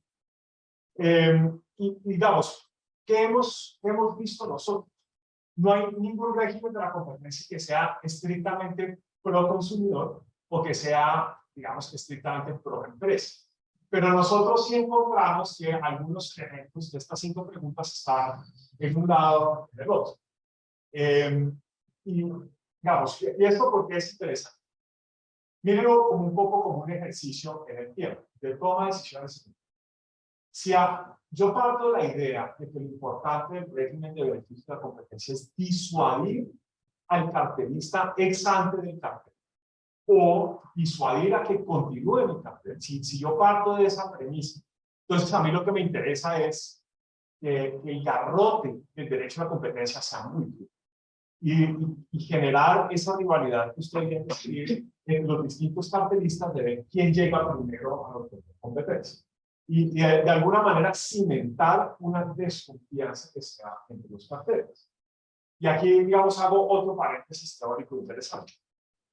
Una de las cosas interesantes del programa de beneficios por colaboración es que está montado sobre una idea de teoría el dilema del prisionero sobre cómo funcionan los carteles. Y es que básicamente al interior del cartel, si no hay instituciones que lo estabilicen, cada miembro del cartel tiene un incentivo para hacer trampa a los otros. Por ejemplo, si nosotros tenemos un cartel de cuotas, asignación de cuotas estilo fondo de estabilización de precios del azúcar, entonces yo tengo un incentivo a decirle a mis miembros cartelistas, no, claro, yo me comprometo a producir poquito, porque solamente si todos producimos poquito, subimos el precio. Pero al mismo tiempo yo puedo hacer trampa a eso y salir a vender más, buscando que con esa venta extra pues me beneficie del precio extra. Entonces, al interior del cartel hay todas estas tensiones de que la gente no se haga trampa los unos a los otros. Y por eso es porque los carteles, especialmente los que están bien documentados, siempre identifican esos mecanismos internos de disciplina. En estos carteles, por ejemplo, internacionales de las vitaminas, son los que se grabaron estos videos que aparecen en la película El Informante, que es esta película con Matt Damon. No sé si es de la Licina o de los... Creo que es de la Licina. Sí, es de la Licina. Hay estas reuniones sociales en las que hay un tipo diciendo, bueno, ¿usted cuánto produce? Pasa el siguiente diseño, ¿usted cuánto produce? Y entonces cuando hay uno que dice mentiras, es un poco hermano, sabemos que usted produce más que eso. Entonces, los carteles tienen este incentivo los cartelistas tienen este incentivo para esas trampas. El programa de beneficios por colaboración mira ese incentivo y dice, ok, ese incentivo hay que subirle el volumen.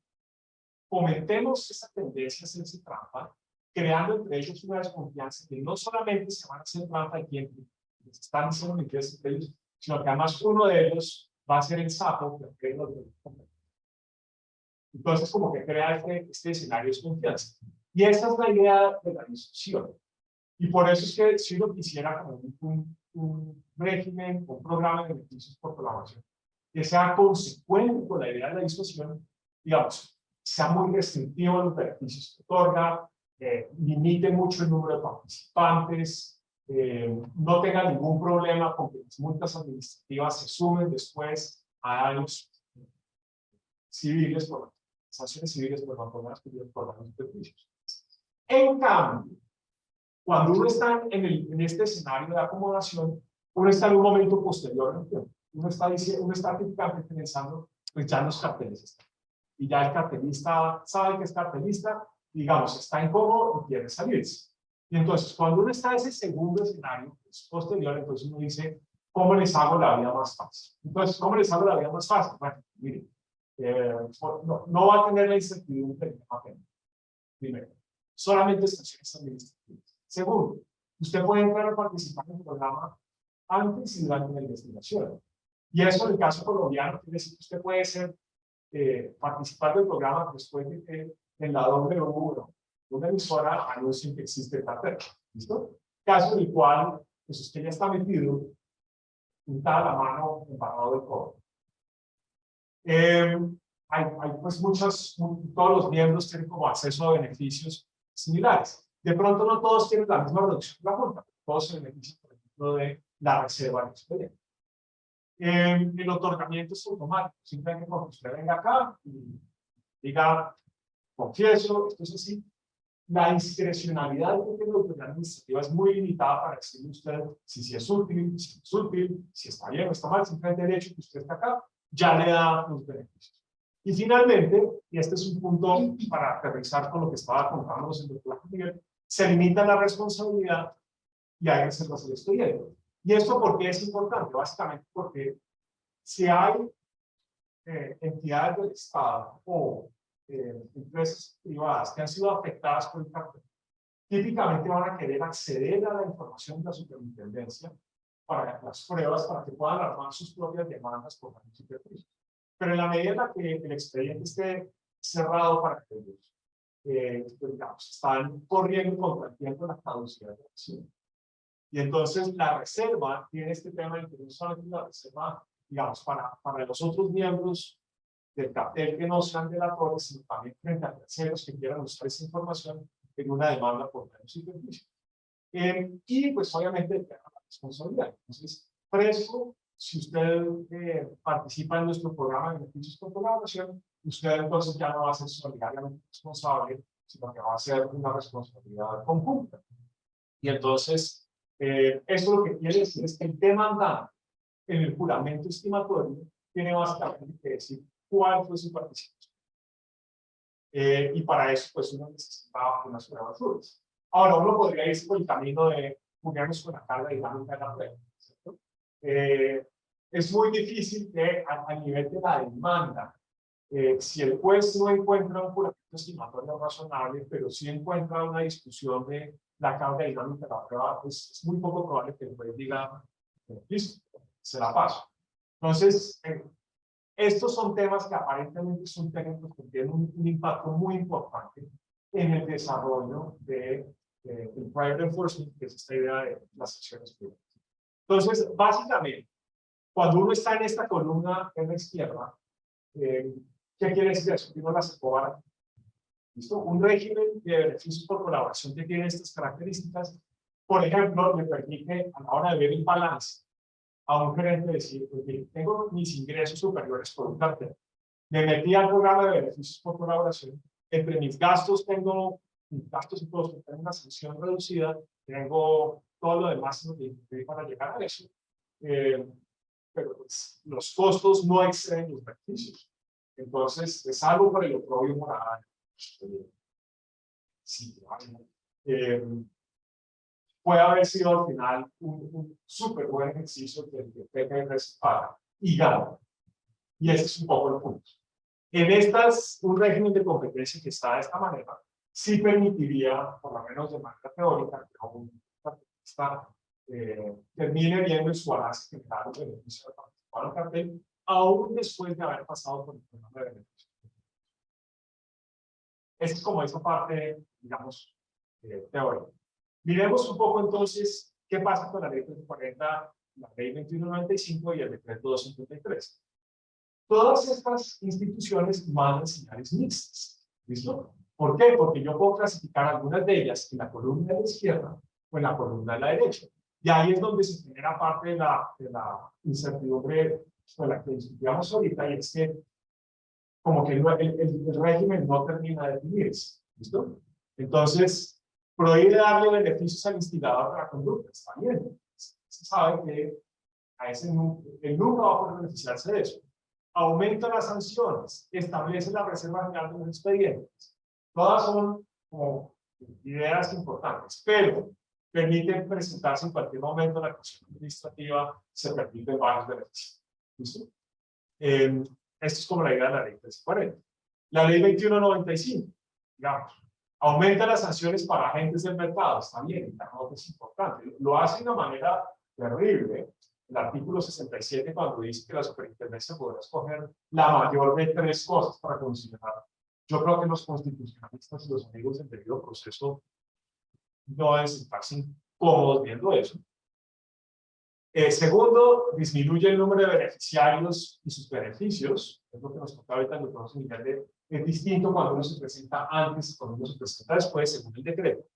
Pero, digamos, modifica la duración de la reserva. Ahora pues hay unas normas mucho más duras respecto a mantener bajo reserva la identidad de las partes y lo que se negocia con la superintendencia. Se limita la responsabilidad en caso de daños y perjuicios y se extiende el alcance en parágrafo del artículo 1 de la ley 155 del 59. Entonces, tanto la ley 340 como la ley 2195, en particular el artículo 66, pues como que comparten esa idea de que no se definen si es que nos vamos a tomar en serio la idea de que los carteles afectan a los consumidores, estamos protegiendo a los consumidores, o en realidad el derecho a la competencia es más como una forma de regular las relaciones de empresas y entre empresas, por lo tanto no hay que meterse mucho con ellas. Para, digamos, a manera de conclusión, para que podamos discutir un poco, ya se han presentado 2 demandas ante la Corte Constitucional por estos artículos. Una de ellas la vine a conocer anoche gracias a la doctora Daniela. La demanda fue rechazada por la Corte. La Corte dice básicamente la demanda no cumple los requisitos básicos de esa empresa. La segunda demanda se presentó, si mal no estoy, hace 3 semanas. Se puso en conocimiento de la Asociación Colombiana del Derecho a Competencia la semana pasada. Y esa, el auto administrativo decía que se había quedado claro. Lo interesante de estas 2 demandas es que están todas concentradas en lo que solo puedo ser generoso cuando escribo como una gran champonada en el proceso legislativo. Y es que básicamente artículos 66, 67 y 68 fueron introducidos en 4 debates, sin mayor discusión, sin que hubiera una explicación de eso que tiene que ver con el resto de la ley, de una manera que recuerda mucho lo que fue la discusión en su momento de la renovación del PASE, y por lo tanto yo esperaría una sentencia de la Corte Constitucional en el mismo sentido, la sentencia que salió el año pasado sobre la renovación del PASE. Y es que por vicios de trámite, pues, estos artículos son inconstitucionales. Pero las demandas no se meten con los temas duros sustantivos de este programa, cómo se relaciona con la protección de los consumidores. No, las demandas no dicen nada de este programa que nos dice el derecho administrativo sancionatorio, en particular la forma de estimar las multas como establece el artículo 67. Entonces, esos son como preguntas muy importantes que quedan.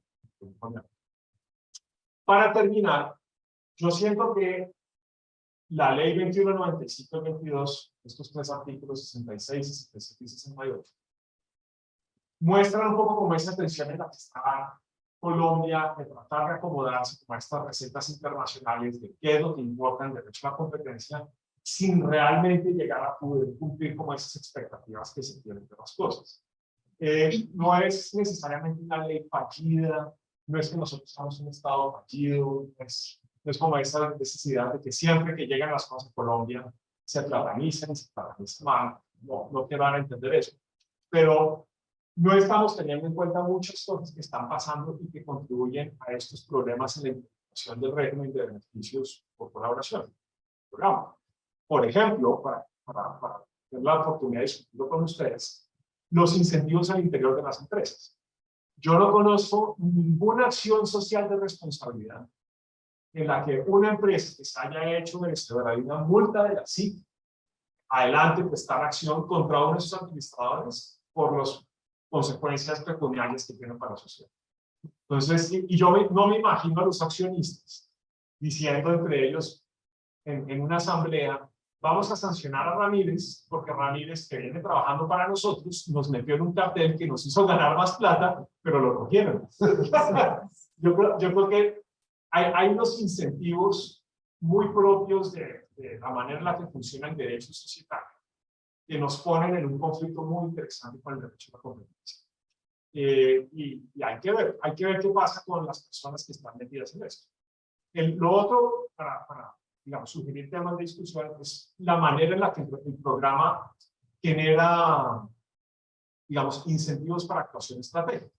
En el caso del cartel de Lorenzo, la resolución de Brinsen-Equima, lo que pasó ahí, o la manera que lo presenta la superintendencia en la resolución sancionatoria, es que dice: uno de estos funcionarios, después de haber entrado al programa de competencia, me está diciendo mentiras, básicamente para desvirtuar, o más bien, para que sea patente la caducidad de la acción de vecino. Es decir, el cartel no llegaba hasta diciembre del 2015, sino hasta junio del 2015. Y esos 6 meses son 6 meses en los que la caducidad se echa para atrás.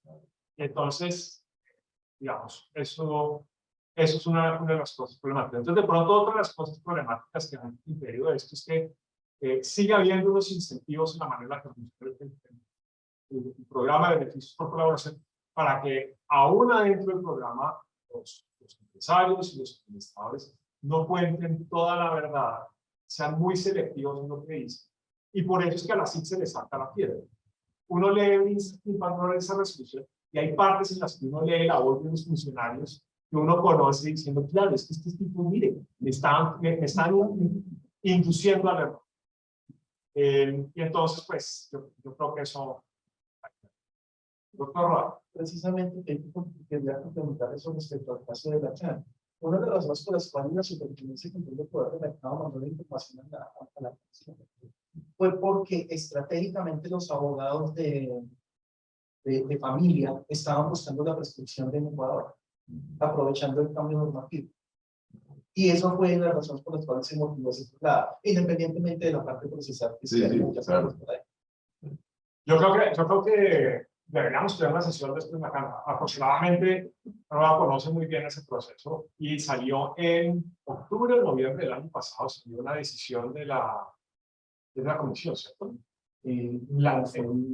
Sigue siendo la Secretaría General. Es una decisión de la Secretaría General. En la Secretaría General falta el recurso del tribunal si lo colocan. Que creo que sí lo apostaron. Pero que esa les anticipo, esa es una decisión muy importante porque la Secretaría dice: mire, nuestras normas de la Comunidad de Naciones permiten a los sectores colaborar con nosotros.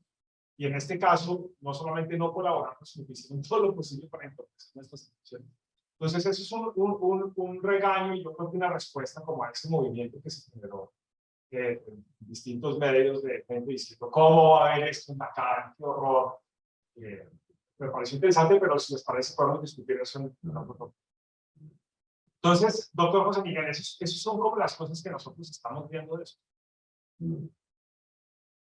Bueno, no, hago un comentario. Me surgen varios, pero digamos, arranco por decir que este paralelo entre norma pro consumidor o pro empresario es muy ilustrativo aquí del doctor Andrés, porque nos ayuda a acabar de entender cuál es el sentido de una norma de relación.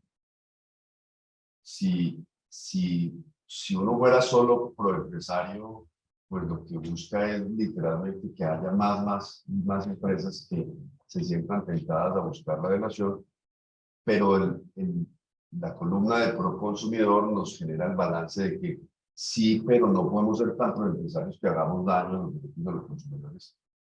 Y ese balance es importante en el análisis de las normas de relación. De hecho, yo diría una cosa todavía más, de pronto polémica, pero a mí me parece,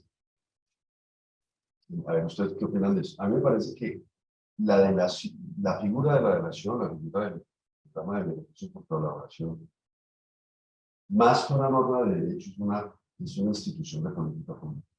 Es decir, principalmente de política pública. De hecho, no es algo de lo que el derecho debería sentirse orgulloso. Es decir, No se siente orgulloso. no es en el corazón del abogado y del abogado ético que uno inserta esta norma, porque esta norma realmente es un poco penosa que tengamos que premiar de alguna forma a un infractor para poder pescar a otros infractores. Y por eso lo que quiero decir es que hay que verla desde la política pública. La delación solo se justifica si realmente cumple el propósito de reducir, de hacer que más y más empresarios desistan de iniciar un cartel, o más y más empresarios desistan de un cartel que ya viene en curso. Y por eso soy muy crítico de esta norma en varios sentidos. Uno, como la inscribo como política pública. Entonces creo que el primer error que comete Colombia al insertarse en esto es no tener estudio. Uno no adopta una norma de política pública de la cual nos sentimos medio apenados los abogados si no tiene realmente la prueba técnicamente elaborada sobre que esto genera un impacto muy favorable en los mercados, en el sentido de que muchos empresarios están desistiendo de montar un cartel. Presumimos que presumimos que pasa, pero no tenemos la prueba, y es esto que no la tenemos porque cuando un país sanciona tan poco, porque las sanciones han sido notorias, han sido mediáticas, pero han sido pocas, no estoy tan seguro que haya muchos empresarios que resisten. Yo no tengo tanta claridad sobre el efecto tan positivo de la norma. Y insisto, casi que desde una perspectiva como ética, uno no debería tener una norma de estas en su panorama jurídico si no tiene la certeza de que tiene un impacto realmente superlativo. Es decir, que el daño que le hago al impacto de la ética y el derecho se compensa con creces por la gran cantidad de infracciones que me evito como sociedad. La sociedad tiene un balance positivo y eso nos falta acabarlo de estudiar. Yo me habría imaginado una exposición de motivos mucho más robusta en la demostración de esa premisa, porque sin demostrar esa premisa cae en un problema ético. Pero además, lo sumo con otro problema, que es el de la reparación por vía privada. Porque sigo viendo esto como política pública. Es decir, como el objetivo principal es acabar con los carteles o mitigar la creación de carteles severamente por vía de disuasión. A mí me parece que es un error sacar normas de delación sin pensar en simultánea con la reparación privada. ¿Por qué? Porque ambas figuras son figuras que conducen a ese gran único. Yo lo que quiero es menos carteles. No, si quiero menos carteles, yo no puedo sacar una norma de delación sin pensar en qué tanto afecto la institución de la reparación privada. Yo no lo puedo decir porque no tengo la prueba de que se afectó más la reparación privada, mucho más cuando en Colombia lo conozco, conozco 2 o 3 casos que ninguno ha prosperado de demandas privadas de reparación por daños de competencia. De hecho, soy de la opinión que eso nunca va a pasar en Colombia mientras no haya una ley específica de reparación de daños de competencia, a pesar de que existe la ley 478 de los 8 de las y por lo tanto, a mí me parece que una aproximación mucho más profesional al tema del programa de beneficios por colaboración habría sido haber visto las dos instituciones en conjunto y haber encontrado cómo promoviendo una no le hago demasiado daño a la otra, o si le hago algún mediano daño a la otra, se justifica porque en todo caso estoy traduciendo un beneficio al final de cuentas. Por ejemplo, ¿qué tanto daño le hace a la reclamación privada el hecho de la confidencialidad? Claramente le hace un daño.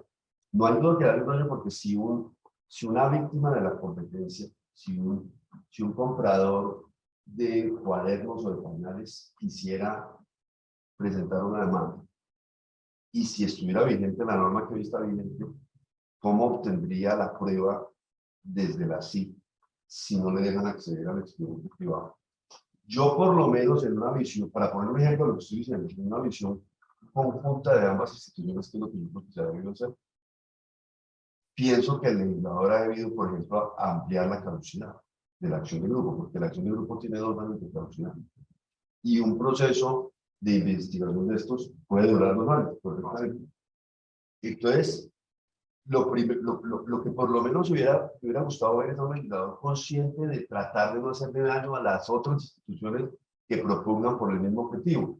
Y por lo menos haber intentado decir, voy a ampliar la caducidad de la acción de grupo a 4 años o a 6 años. Pero no se preocuparon por arreglar algo, no se preocupan por el daño, el desarreglo que hace en otra institución que tiene los mismos objetivos de política pública.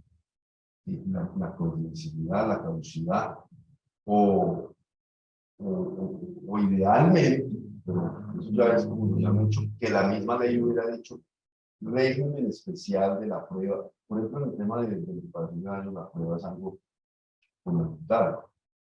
Hay que regular cómo es el procedimiento, cómo es la construcción del grupo homogéneo y cómo es el recaudo de la prueba, sobre todo de la prueba que pasa varios escalones hacia abajo del sobrecosto. Eso no se reguló. Yo creo que era parte de la misma historia. En fin. Ok. Doctora. No, es que creo que aquí se abrieron dos temas muy interesantes de los cuales uno de hecho, como he dicho, casi que podemos hablar en una charla. Pero, digamos, yo quería agregar, como estoy de acuerdo con el doctor José Miguel, en que esto tiene una perspectiva política pública, un poco cuando uno llega a justificar por qué hace eso.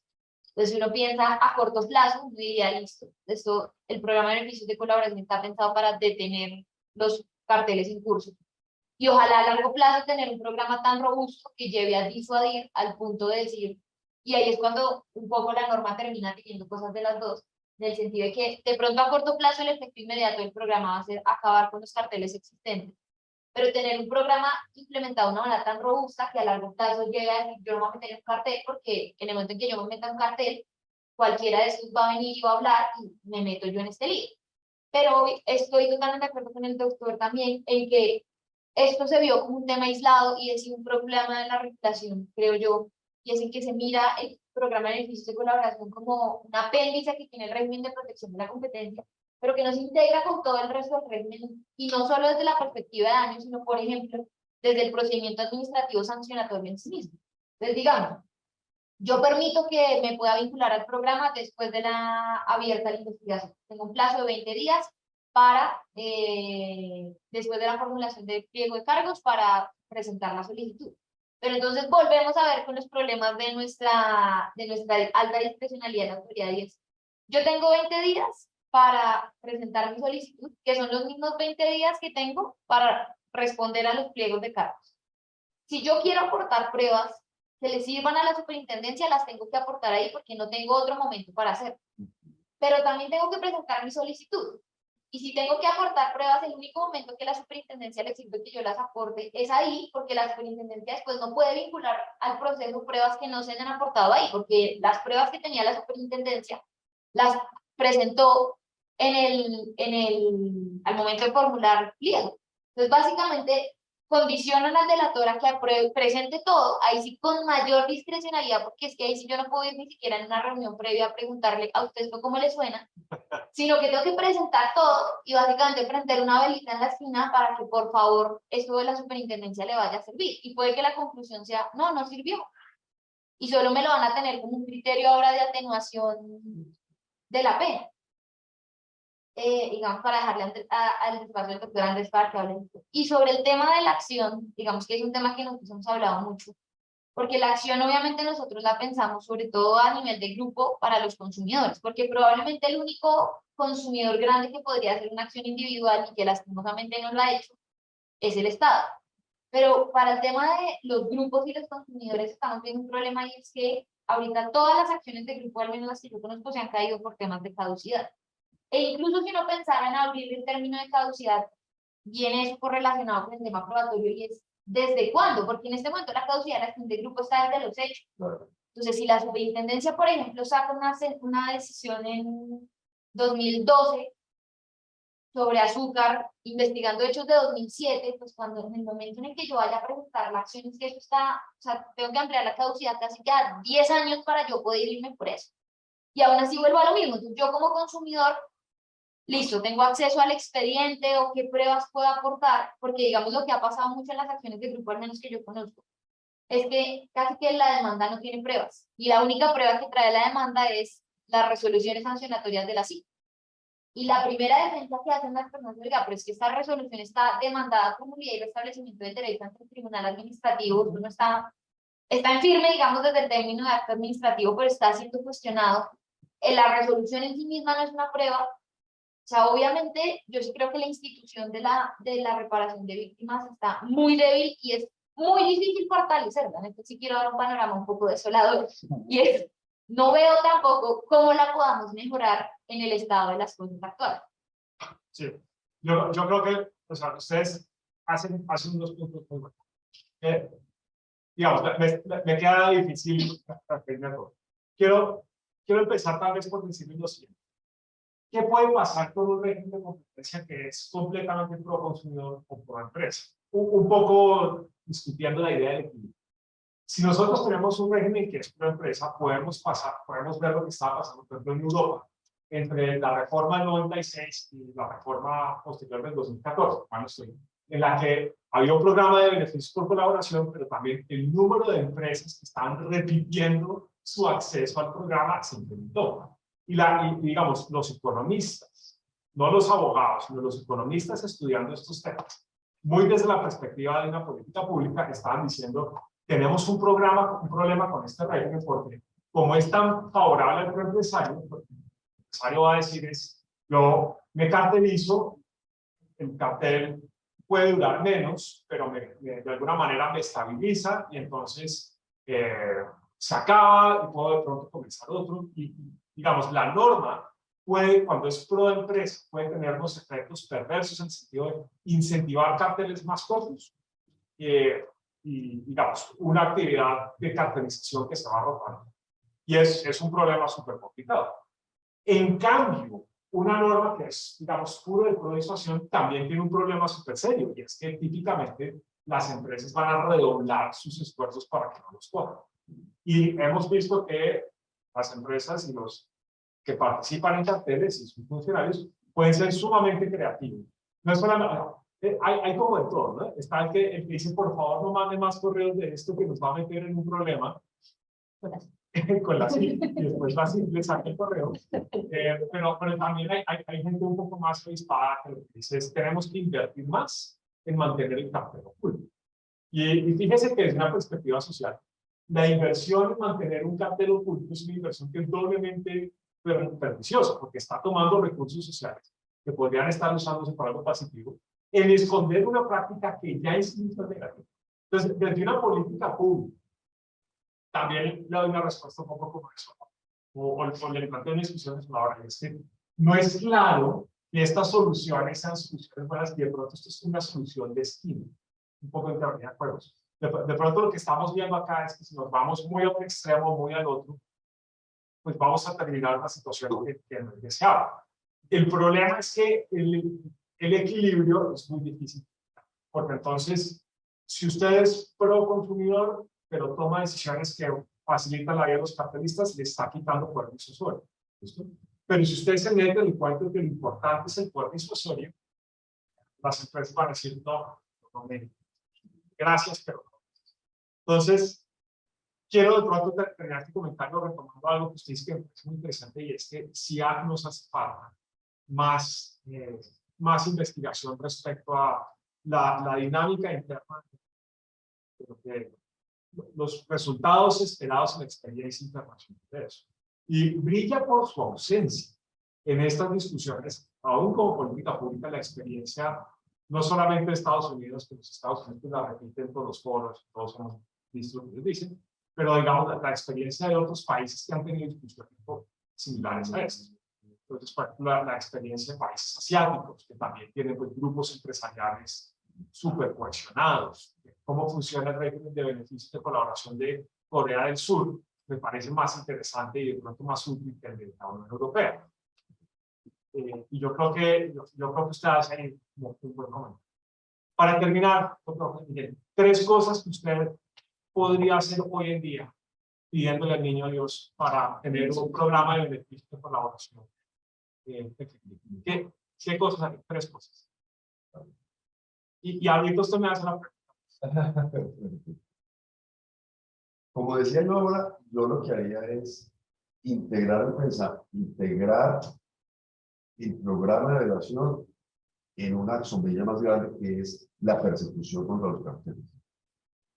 Y por lo tanto, hacer una política integrada con la reparación privada, la persecución privada. Yo creo que haber hecho una cosa sin haber hecho la otra da una sensación, da la idea de que realmente el programa de relación en Colombia salió más por interés de los empresarios que querían tener claro cómo me van a perdonar las multas el día de mañana si me llegan a pillar, que realmente haber nacido el programa por el hecho de que a alguien le preocupó que tenemos que bajar los carteles en Colombia. Si a uno le hubiera parecido realmente que el problema es bajar los carteles en Colombia, la primera pregunta que se ha tenido que hacer es ¿por qué los jueces en Colombia por qué no hay acciones de reparación directa? ¿Cómo es posible que cientos de miles de personas que compraron pañales a algún tipo de sobreprecio no les parece sensato ir a la justicia? Tiene que funcionar demasiado mal la justicia para que todo ese grupo de víctimas de un cartel que está probado y que está confesado no llegaron a la justicia. Alguien ha debido preguntarse eso y ha debido tratar de resolver la cosa de manera integrada. Y para hablar cosas concretas, y de pronto ahí vienen 2 y 3 de la pregunta. Y bien polémico, yo sé lo que voy a decir de polémico, pero yo, por ejemplo, habría puesto que la exoneración total no se lo merece, sino a alguien que proponga algo para recaudar la víctima. Yo creo que la exoneración total no se la merece, sino a aquel que dice que cree, está bien que le pague con menos, o sea, porque si no, no habría sentido, ¿no? Si el daño, por ejemplo, de un cartel de estos es de 100 millones de pesos, pues no vamos a pretender que el niño pague 100 millones de pesos. Listo. Pero mirando la cosa de forma integrada, a lo mejor él podría crear un fondo de 20 millones de pesos. Y ahí sí le exonero la sanción completa, pero le toca pagar, poner 20 millones a disposición de las víctimas.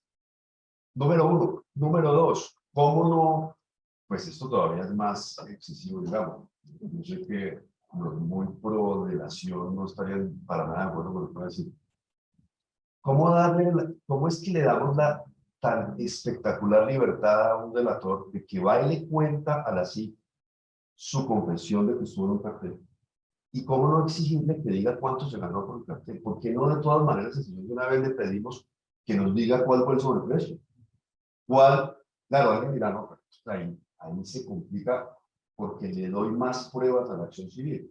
No le da más pruebas a la acción civil porque el señor de todas maneras de una vez va a ofrecer una reparación, aclaración de los procesos, pero debería haber una economía procesal nacional en la que si el señor ya se va a confesar y va a decir que duró 10 años vendiendo cuadernos más caros porque tenía un pacto, ¿y por qué no nos dice cuál fue el margen adicional?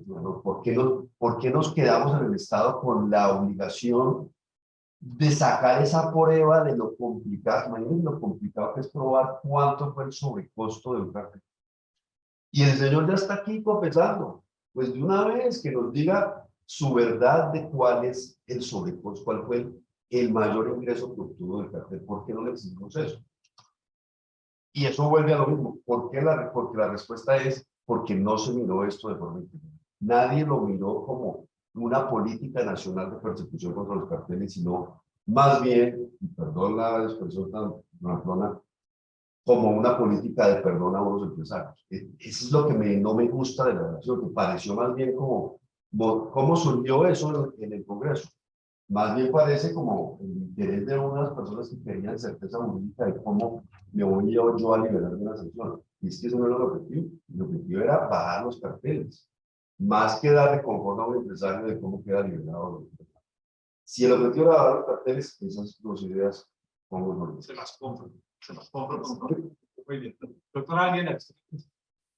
Yo creo que hay una cosa que es clave, digamos, que estoy de acuerdo con el doctor Gemelli, y es que hay que robustecer a la superintendencia, pero robustecerla de una manera objetiva y determinada. Digamos, este tipo de medidas son unas medidas claramente fijadas que condicionan el acceso a un programa, porque digamos, mi sensación con la ley, y esta no sé si ustedes la comparten, pero conmigo es la mía, es, la ley es un poco bipolar en algunas cosas, porque tiene un momento en que le da un montón de poderes a la superintendencia y usted tiene 5 criterios para escoger cómo sanciona y cuál es el tope más alto y cuáles son las agravaciones, y incluso incluye cosas como la actuación procesal, y si usted mete en solicitudes como indiscutiblemente improcedentes, que eso no sé qué es algo indiscutiblemente improcedente, pero Exactamente. ahí está. Eso es brutal. Entonces es como que ahí me meten a una autoridad que dice, esta autoridad es una autoridad un poco loca,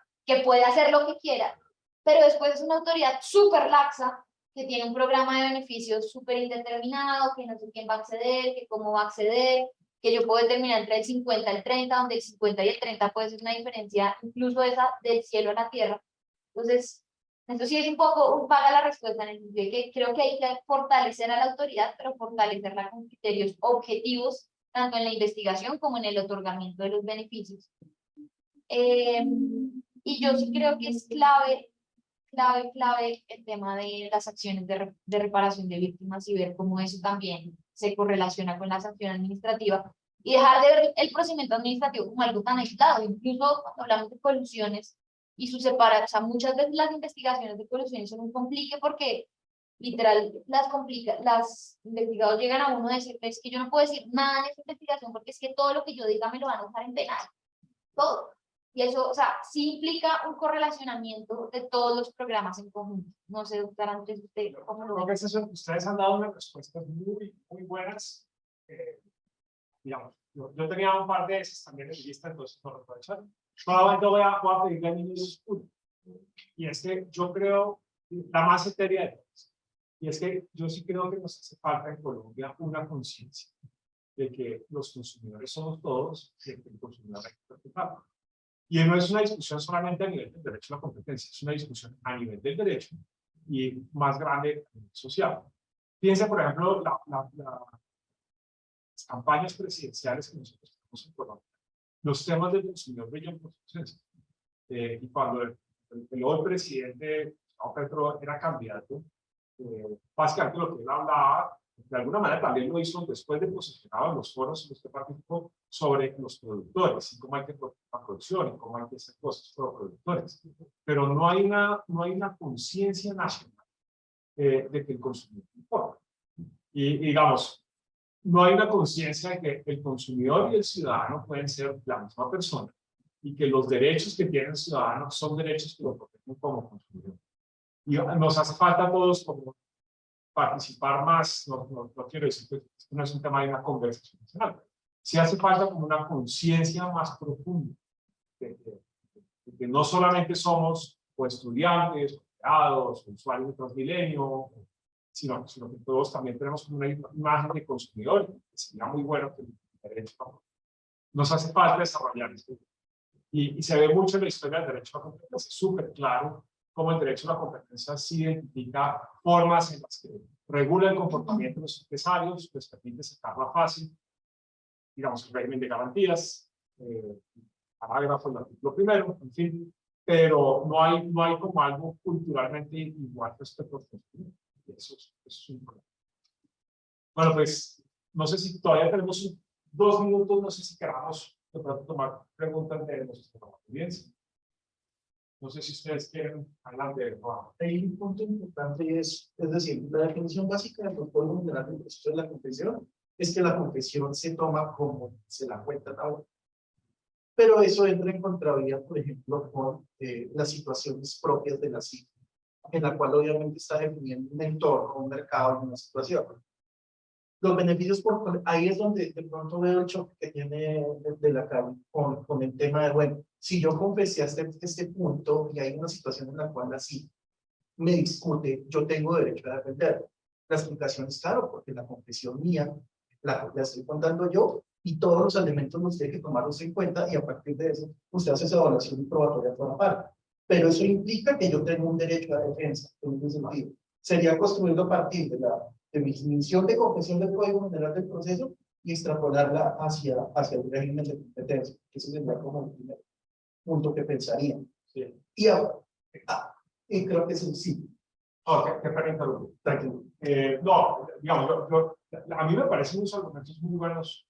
La idea de que uno entienda que la confesión se limita a ciertas circunstancias y no a otras que pueden hacer parte del cartel. Digamos, uno puede decir, mire, yo soy delator y yo conozco el cartel desde esta fecha, pero no puede ser que el cartel tenga desde antes y así lo descubra, o puede ser que sea un cartel que diga, no, pues yo participé en estas transacciones regionales y la autoridad después diga, no, esto es una cosa nacional. Hay circunstancias de modo que el lugar cambia. El problema es el abuso de la figura de la confesión para comportamiento estratégico como el que presenta la superintendencia del incentivo. Que entre otras cosas, pues llevó a que la empresa la perdiera en la solución resolutoria de los beneficios, pero que después los devolvieran en la resolución que resuelve el recurso de confesión, por cual deja un precedente. Entonces, hay un tema de estrategia con estas normas. Bueno, siendo las 9 en punto, le quisiera agradecer al doctor José Miguel. Muchísimas gracias por participar en este conversatorio con nosotros. Creo que ha hecho una presentación maravillosa y creo que las ideas que trae son muy interesantes. Muchas gracias. Muchas gracias a la doctora Daniela por presentar esto, a Catherine por enviar los equipos. Agradecerle a todos ustedes que nos acompañan. Muchas gracias. Muchas gracias. Gracias. Todo.